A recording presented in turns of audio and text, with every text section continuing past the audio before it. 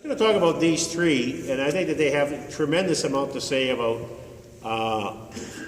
native spirituality, but I would also say that they have a lot to say about, for us, about what the Christmas story is about.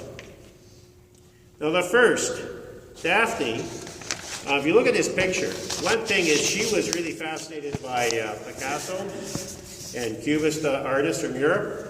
You can sort of see these stylized sort of circles in the back, okay? We aren't sure what those are. Could be snow drifts, or could be hills. We aren't sure what those are. Genesis, that's what she calls this. It's not Mary and child, it's Genesis, beginning, birth. And so you sort of have these two things here in the back, and we aren't exactly sure what they are. And then you have this curved world, almost, sphere of tremendous life and vitality. There's three beings in it. There's a bird figure up on top, then there's the mother, and then there's the child. It's an interesting sort of a Trinity interpretation in that, where you have dove as Holy Spirit, the idea of mother instead of father, and then you have the child, but you have the three there. One of the interesting things about surrealism and cubism in Europe at the time is that things kind of merge together, and you're trying to show, cubism was trying to show not just what you look like from the front, but we're also aware that, you know, David Barnum has a back to his head, and he has a back, and I know what his back looks like, but I'm looking at his front, I know what he looks like in his entirety, right? And we're trying to show all these perspectives at one time. So when you look at these sort of segmented, sort of strange things that Picasso's done, it's because he's trying to show the back of the person, what they look like from the top, what they look like from the bottom, what they look like from the front, from the side, all at the same time. That's really tricky to do. So you sort of pick pace, well, their cheek looks really good from this side, their head looks really good from the top. So you're kind of putting that together. But also this idea of, we're not going to have strict lines, curves are nice. So you see this, one of the interesting things in this is, do you know where the mother stops and the child begins? There's no boundaries. It's kind of this swirling thing. Lots of curves. The child is slightly forwards. It's almost like that's a pushing thing out into the universe. We've heard that all things are created through the child. You can even look at this as a womb. There's a lot of ways. The more you look at this, you start seeing, and that's what great art has. It'll have 4 or 5 or 6 different layers of interpretation to it. So the colors, though, outside of this sphere, it's red, it's kind of whatever. Inside, it's everything. So what we're being told here in this picture is about the enormous vitality and dynamism of life, that all of life is connected, and that mother beings aren't, you know, kind of merge with each other.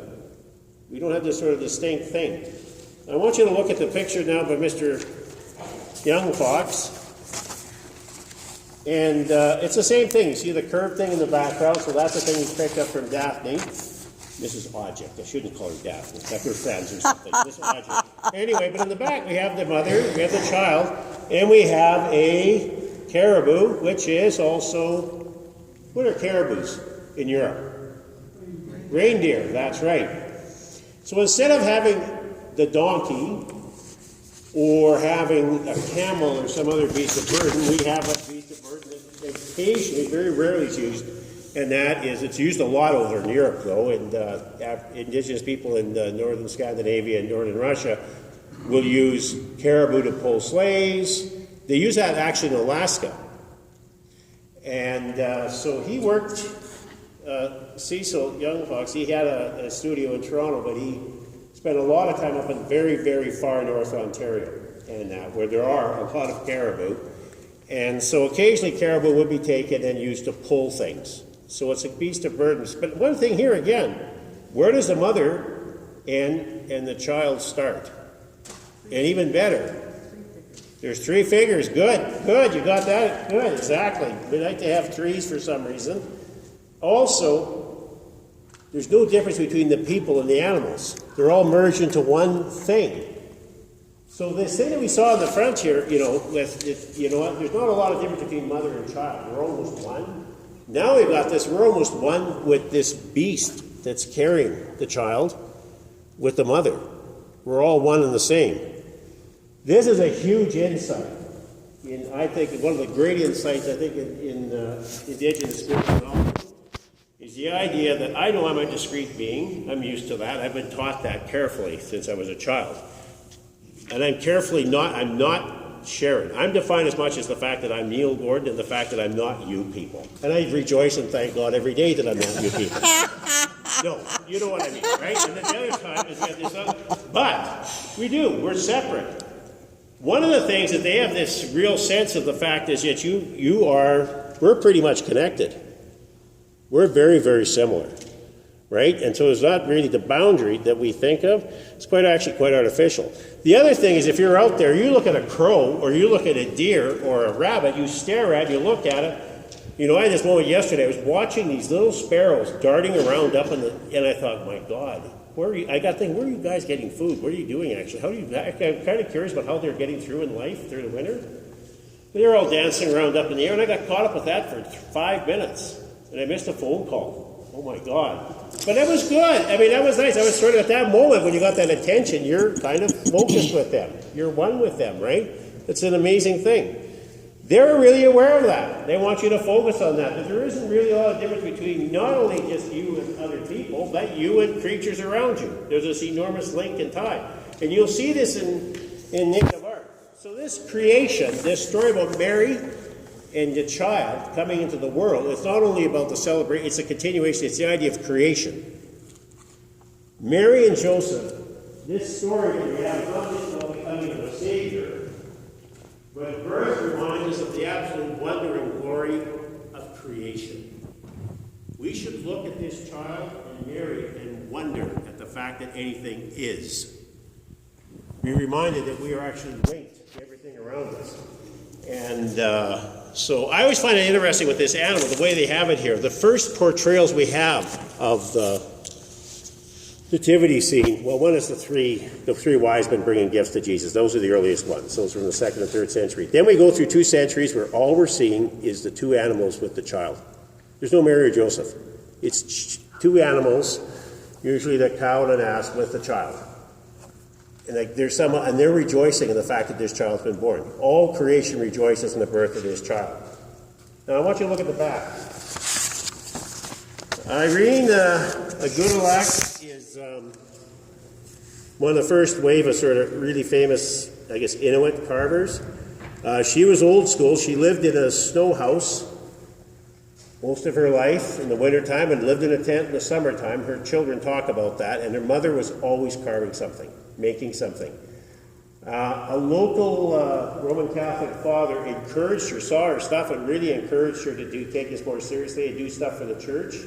And so she did that. And this is one of the pieces that she did. This goes back actually quite a ways. This goes back to the 1950s. It's Mary and the Child. If you're a European artist, this is a big flaw in this picture. You would never do this. What's missing? Joseph. Halo over the baby. They have to share a halo? Everybody has their own halo in these pictures in the European art. Everybody's got their own halo, right? That's part of the deal. Look up there. All those people have got their own halo. They pay good money for those halos, and they thought that they're going to wear them proudly. One of the amazing things with this is that Mary and the child share the same halo. It's over. They're both one. They're holy. Whatever the holiness of the child is also the holiness of the mother. They're all who they are as mother and child together is what's holy. Not Mary holy and Jesus holy, but together, whatever they are together is holy. The other thing is, and I think this is one of my favorite Mary and child pieces of art. What's the child doing? Oh, that's it. I wish we had a tiny baby here. Have you ever gone up to somebody and they hold up their child, and you want to hold the child? The child will often put out its hands to get ready for you, especially when it sees you putting its hands towards you. She noticed that. The child will put out its hands. I want you to take me. It's like the child who is saying, please pick me up. Please take me. Please hold me. I can't think of another piece of art that really shows that moment. If you have children, they'll do this. It's like they're relaxed. They absolutely trust that you aren't going to drop them. Please take me. Please hold me. It's a beautiful, beautiful thing. And so that Christ, we are invited in this thing, all of us, is to take up and to hold Jesus, to have him as a part of our life. And we are also, flip this around, you people are supposed to do the same thing with Christ. Hold him out. If anybody wants to pick him up, you watch him. You don't hold him too long. You hold the child out. This is such a deep, deep, deep piece of art that was carved, and she carved this in a tent somewhere up in a place called, it's not Resolute Bay. What's the name of the bay by there? Anyway, up there in the middle of, and she came up with this. This is like a profoundly deep piece of art. So, these three pictures show us and tell us that what this story about is, one thing, a lot of joy. This is Joy Sunday. Pink candle, we're celebrating joy. Tremendous amount of joy and happiness about this moment. It's about, this event is to remind us of the power and greatness of the fact that we are created. Number two, that we are related to all living creatures, not just one another. Thirdly, that this child wants to be held on to us, that he doesn't want any borders. We should hopefully be like the reindeer that's kind of blurred into the child. And also that we are to offer and to hold that child up to the world. We're to offer to hold that child up to the world, to ask them to hold us. So you don't need to go to 11 o'clock, because I might be preaching about this particular stamp at 11 o'clock, this image in that, which I think is a very, very powerful, enormous thing in that. And so I'd like to encourage you people, you know, I've spent a lot of time reading up and following and learning about some of these artists, and it's amazing the worldview that they have. And if there's one way of really appreciating First Nations culture, and that one of the best ways, doorways into all of that, is actually looking at the art, studying the art, trying to figure out why are they showing it, what they're showing, because there is a tremendous amount of depth and subtlety and sophistication in all of this. Amen. Amen. Please stand and let's do the Apostles' Creed. Say, do, will save you.